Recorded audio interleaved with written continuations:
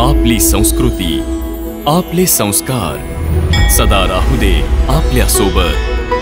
भारताच्या महान ग्रंथांचे आणि काव्यांचे संपूर्ण संकलन सबस्क्राइब करा तिलक।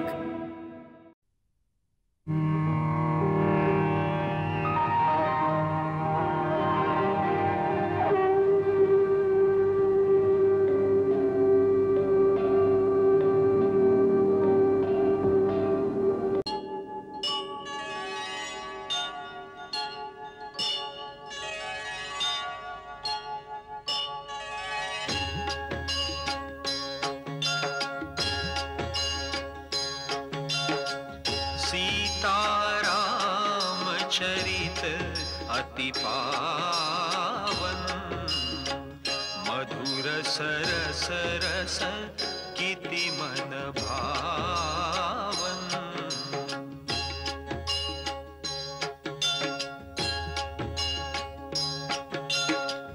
युग युग गीत तयांचे गावे, प्रभु गुण गात मना सुख वावे।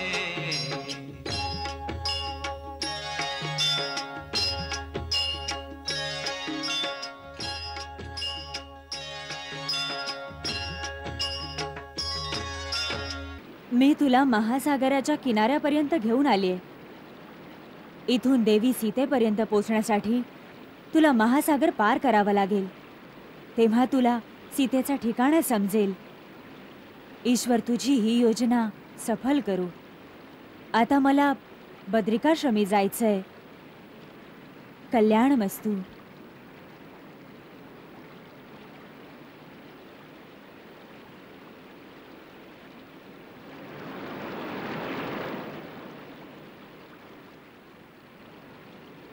आगीतून सुटून फुफाट्यात सापडलो। आधी दुर्गम वनात भटकत होतो, आता इथे सागराच्या लाटा मोजत आहोत। असं वाटतं की सीतामातेचा शोध घेऊन परतायचं यश विधात्यानं आपल्या भाग्यात लिहिलं नसावं। वानरराज सुग्रीवाने सीतामातेचा शोध लावून परतण्यासाठी पूर्ण 1 महिन्याचा वेळ दिला होता। 1 महिना तर असाच निघून गेला, पण अजूनपर्यंत तरी काहीच माहिती आपल्या हाती नाही आली। वाटतं या अंधाऱ्या वेरीत आपण गोते खात आहोत। राजआज्ञेचं पालन केल्याशिवाय आपण निराशेनं परत गेलो तर अपराधी समजले जाऊ, मृत्यूदंडास पात्र होऊ। मग आम्ही सगळ्यांनी काय करायचं? मी तर निश्चय केलाय। मी आपल्या सर्वांचा नेता म्हणून पाठवलो गेलो होतो। मी या अभियानात हरलो। हरलेल्या नेत्याचं परतणं धिक्कारणीय आहे। त्या अपमानाबद्दल इथंच उपोषण करून प्राण देणं मी उत्तम समजतो। मी इथेच प्राणांतिक उपोषण करून प्राण सोडून देईन। आपणा सर्व गुरुजनांना माझा अंतिम प्रणाम। आपल्या सर्वांना मी अंतिम आदेश देतोय। जांबुवंतजी आणि महावीर हनुमानासोबत आपण सर्व परत किष्किंधेला परत जावं। हे कसं शक्य आहे युवराज अंगद? हनुमानजी, आपण या सर्वांना समजवा आणि आपल्या बरोबर घेऊन जा। असंभव युवराज अंगद, या अभियानात तुझ्या नेतृत्वाखाली आपण सर्व सोबत आलो आहोत। त्यात आपल्या सर्वांचे जे काही होईल सर्वांचं सारखंच होईल।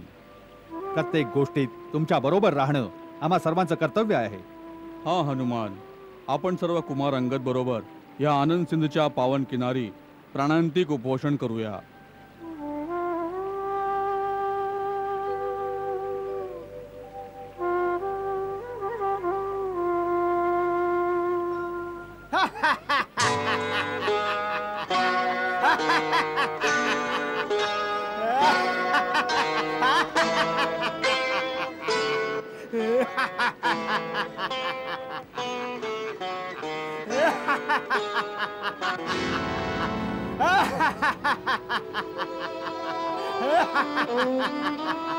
मरायला आलात?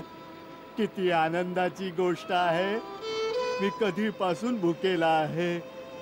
भगवंत पण किती दयाळू आहेत। एकदम खाण्यासाठी एवढा आहार।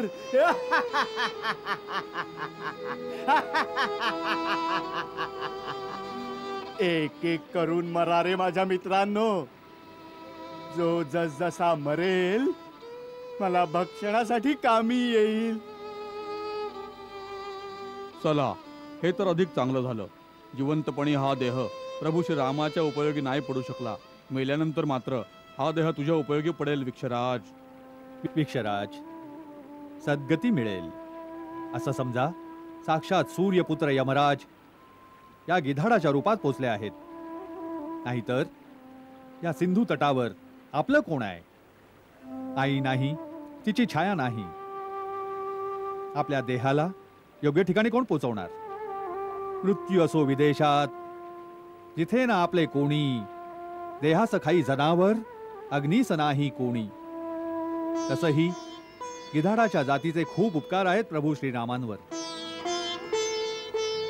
आमचे मृत शरीर यांच्या कामी येईल तर प्रभू श्रीरामांवर जे गिधाडांच्या जातीचे ऋण आहे थोडं तरी उतरेल. कुठलं ऋण? तुला माहित नाही? गिद्धराज जटायूने माता सीतेला वाचवण्यासाठी आपले प्राण दिले. प्रभू श्रीरामाने तर की त्याप्रमाणे त्याचा अंत्यसंस्कार केला. जटायू? जनक कन्या सीतेच्या रक्षणासाठी जटायूने तर आपल्या जीवनाची आहुती दिली. श्रीरामप्रभूंची सेवा करता करता पंचवटीमध्ये परमगतीस प्राप्त झाला. जीवन धन्य झाले महात्मा जटायूचे. पुन्हा पुन्हा जटायूचं नाव घेणाऱ्यांनो, कोण आहात तुम्ही? कोण आहात तुम्ही? माझ्या जवळ या, मला सगळी गोष्ट सांगा. जटायू तर माझा छोटा भाऊ आहे. मला स्पष्टपणे सांगा, काय झालं माझ्या बंधू जटायूला?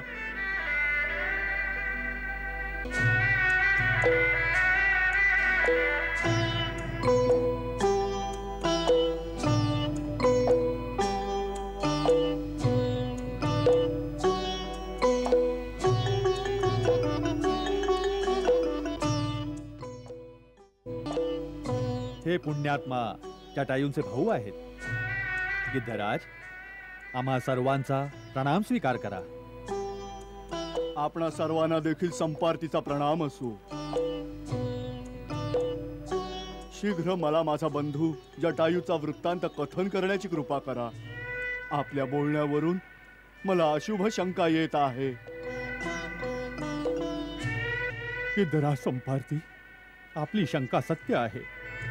दशरथ नंदन श्रीरामप्रभूंची धर्मपत्नी सीता मातेला जनस्थानातून दुरात्मा रावण अपहरण करून घेऊन गेला.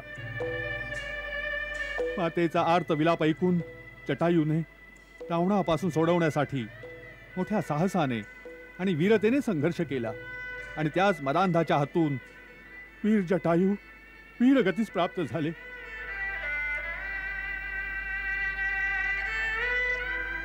स्वतः श्री रामप्रभूंनी तिथे जाऊन अग्निसंस्कार केले. मरता मरता जटायूनेच सीता मातेच्या रावणाने केलेल्या अपहरणाची बातमी श्रीरामप्रभूंना सांगितली.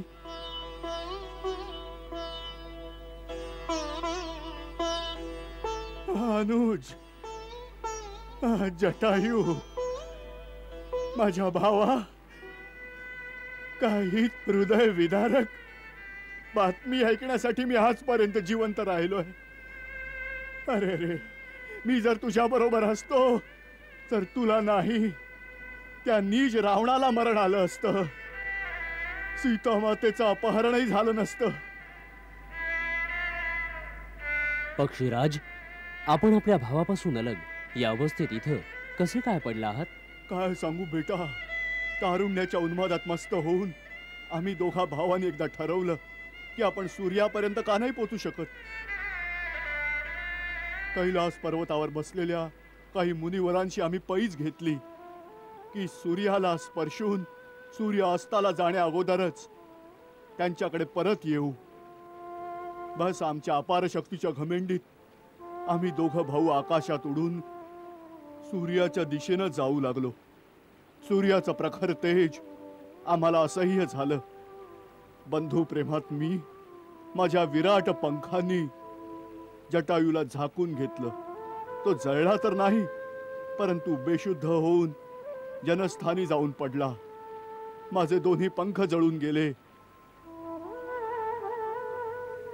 मी भावापासून विभक्त होऊन पंख आणि पराक्रम गमावून या पर्वतावर येऊन पडलो आणि तेव्हापासून अत्यंत विवश असहाय्य अवस्थेत दिवस कंठत आहे. इथे बसल्या बसल्या एके दिवशी मी पाहिलं होतं की दुष्टात्मा रावण एका रूपवती तरुणीला आपल्या विमानातून बळजबरीनं घेऊन जात होता. माझा अंदाज आहे ती नक्कीच दशरथ नंदन श्रीरामाची पत्नी असणार.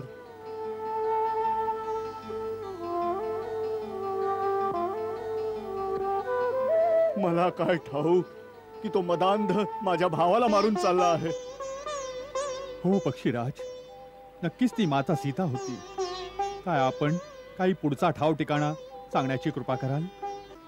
मी त्यांना पाहू शकतो. आपण त्यांना पाहू शकता? हो, गिधाडाची दृष्टी अपार असते. आपण पाहू शकता तर कृपा करून सांगा ती कुठे आहे?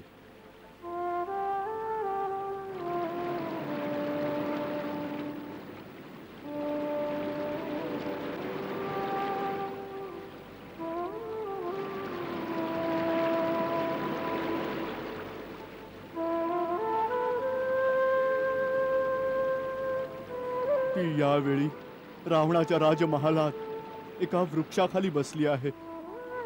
अत्यंत चिंताग्रस्त आहे.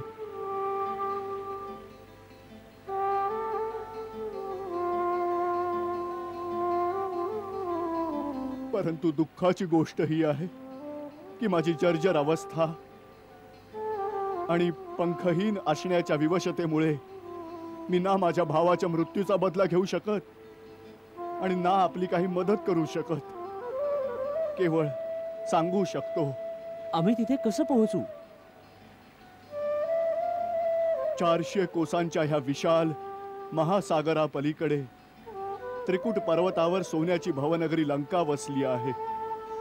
तेच मदांध रावणाचं राज्य आहे. तोच सीतेला घेऊन गेला आहे तिथं. जो स्वतःच्या बुद्धी आणि बळानं या 100 योजनांच्या अपार अथांग महासागराला ओलांडू शकेल, तोच ह्या कामास पूर्ण करू शकेल. आत्ताच बातमी कळली आहे. उत्तर दिशेला शोधायला गेलेली वानरसेनाही काहीही शोध न लावताच परतत आहे. आम्ही काय तोंड दाखवू श्रीराम लक्ष्मणांना? काय सांगू त्यांना? अंगद आणि हनुमानाबरोबर दक्षिण दिशेला गेलेले सैन्य दल अजून नाही परतलं महाराज. आम्हाला एकदम निराशही होऊन चालणार नाही. हा केसरीजी, वेळ संपेपर्यंत सुद्धा युवराज अंगद परत नाही आलेले. म्हणूनच दक्षिण दिशेला गेलेल्या वानर सेनेवरच आमची सर्व आशा उरली आहे. आशेचा किरण सागरापलीकडे झळकत आहे आणि आपण निराशेच्या अंधारात असहाय होऊन बसलो आहोत. आतापर्यंत तर रावणाचं ठिकाण समजण्यात अयशस्वी होतो आणि आता ठिकाण कळलंय तर तिथे पोचण्याऐवजी विवश बसलो आहोत. हे श्रेष्ठ, आपण ज्येष्ठ आहात, बुद्धीचे भांडार आहात. आपणच विचार करून या कार्याची योजना बनवा. यात योजना कसली हे तर आता कळलंच आहे की माता सीता कुठं आहेत. आता कसंही करून त्यांचं दर्शन घेऊन सर्व स्थिती जाणून श्रीरामाकडे जाऊन त्यांना सर्व हकीकत सांगायची आहे. हाच तर खरा प्रश्न आहे बंधू, की कोण ह्या 400 कोस समुद्रास ओलांडू शकेल आणि सीता मातेचा शोध लावू शकेल. वास्तविक तुम्हा सर्वात मी सगळ्यात ज्येष्ठ आहे. मी स्वतःच पुढे असलो पाहिजे, परंतु आता वृद्धावस्थेमुळे माझ्यात ती शक्ती नाही राहिली. महाप्रज्ञ जांबुवंतजी, आम्ही असताना आपण जाण्याची आवश्यकता नाही. मी जाईन, मी 400 कोस ओलांडून तर जाईन, परंतु परंतु परतण्याविषयी शंका वाटते. हताश होऊ नका युवराज अंगद. मार्ग मिळाल्यावरही ध्येयसिद्धी होणार नाही असं तर होऊ शकत नाही.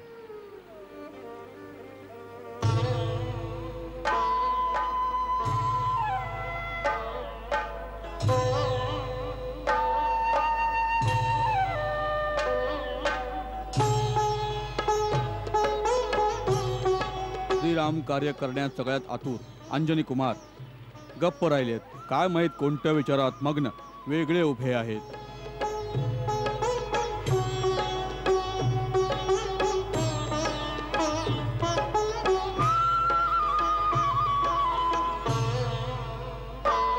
अंजनी कुमार, रस्त्यात चुकलेल्या वाटसरूसारखे गोंधळलेल्या स्थितीत तुम्ही असे का उभे आहात?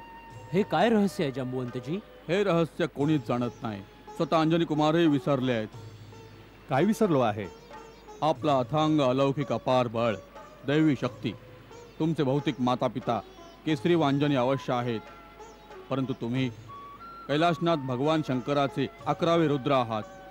वायूचा तीव्र वेग तुमच्या अंगाअंगात सामावला आहे. हे केसरी नंदन, याच कारणाने विश्व तुम्हाला शंकर सुवन आणि पवनपुत्र म्हणून ओळखते. हे हनुमान, तू शापामुळे आपल्या अपार शक्तीला विसरला आहेस. आठव, देवांकडून दिले गेलेले दिव्य तेज आणि अपरिमित बल तुझ्यात राहू शकत नव्हते. तेव्हा तू ऋषीमुनींना आपल्या खोडकरपणाने त्रास देत होतास.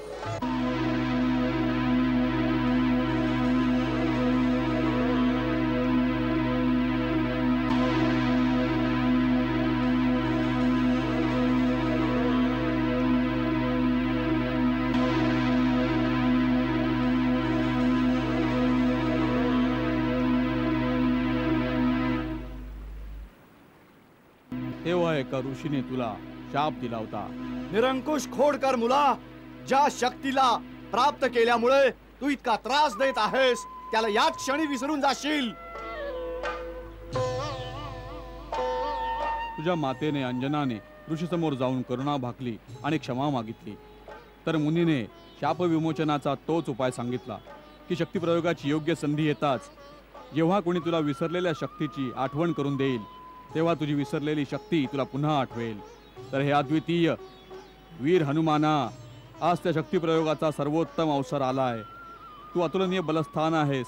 वानरराज सुग्रीवाहून अधिक बलवान आहेस. तेज आणि पराक्रमात प्रभू श्रीराम आणि लक्ष्मणा समान आहेस. तुझ्यात गरुडाची शक्ती आहे, सूर्याचं तेज आहे. हे ज्ञान गुणनिधान पुरुषार्थाच्या प्रतीका, आमच्या समस्येचं उत्तर तूच आहेस आणि तूच अशा प्रकारे मौन धारण केलं आहेस.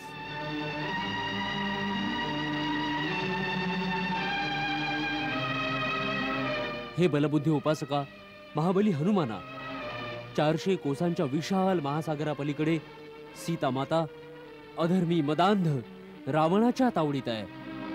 साधन मिळालंय, सिद्धी तुझ्या हाती आहे बजरंगबली. अत्यंत तेजस्वी हनुमाना, तुझ्यात उसळणाऱ्या उत्साहाने सागराच्या उसळणाऱ्या लाटांवर विजय मिळव. हे वीरा, आता तू लंकेत जाऊन आपल्या नावाचा डंका वाजव. सीतेचा शोध लाव. अधर्मी आणि अज्ञानी असुरांना समज देऊन ये. जाग जाग जाग बजरंगबली, जाग हनुमाना. जागा हनुमानजी, जाग. आपल्या शक्तीला आठवा. जागा हनुमानजी, जागा हनुमानजी, जागा. हनुमानजी जागा. हे कपिराज नाही असं कार्य अशक्य आपणास वाटेल जे, अशक्य आपणास वाटेल जे. 7 समुद्रा पार तू जाशील ओलांडूनी जाता एका उडीत, ओलांडूनी जाता एका उडीत. तिन्ही लोकात कुणीही नाही, तिन्ही लोकात कुणीही नाही. आपला मार्ग जो रोखू शकेल कोणीही नाही हो या जगतात. संकट मोचन तुमचे नाव.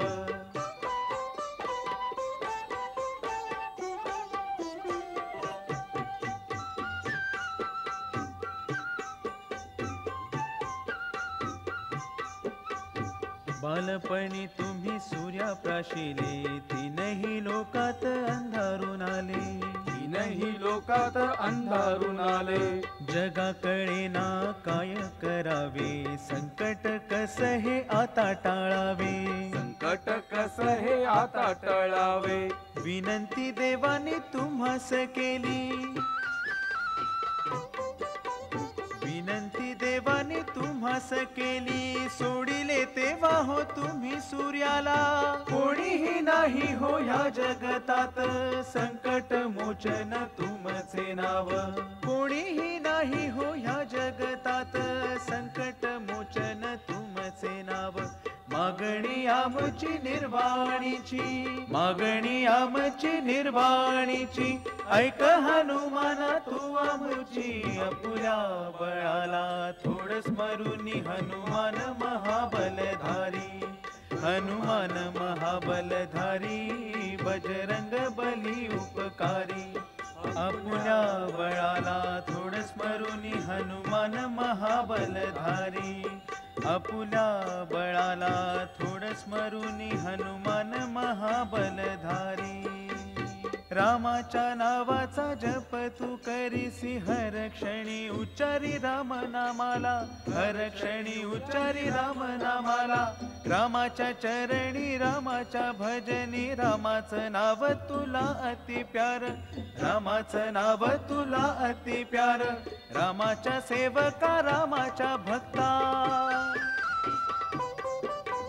रामाच्या सेवका रामाच्या भक्ता रामावर आलेल्या संकटाहार कोणीही नाही हो ह्या जगतात संकट मोचन तुमचे नाव लंकेला जाऊन राज्य ते मिळव लंकेला जाऊन राज्य ते मिळव हवी फक्त तुझीच इच्छा आपुल्या बळाला थोड स्मरुनी हनुमान महाबलधारी हनुमान महाबलधारी बजरंग बली उपकारी आपुल्या बळाला थोड स्मरुनी हनुमान महाबलधारी आपुल्या बळाला थोड स्मरुनी हनुमान महाबलधारी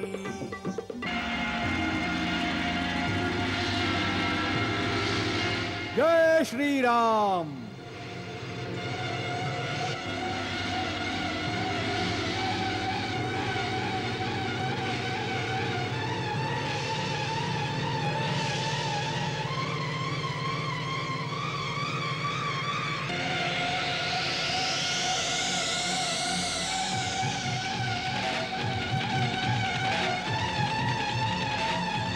पवनपुत्र हनुमानाचा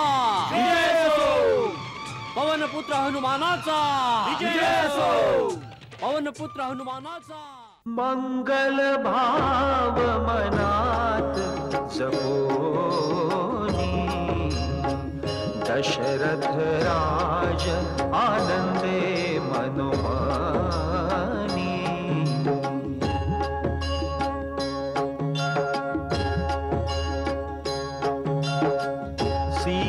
सीताराम चरित अति पावन मधुर सरस रस किति मन भावन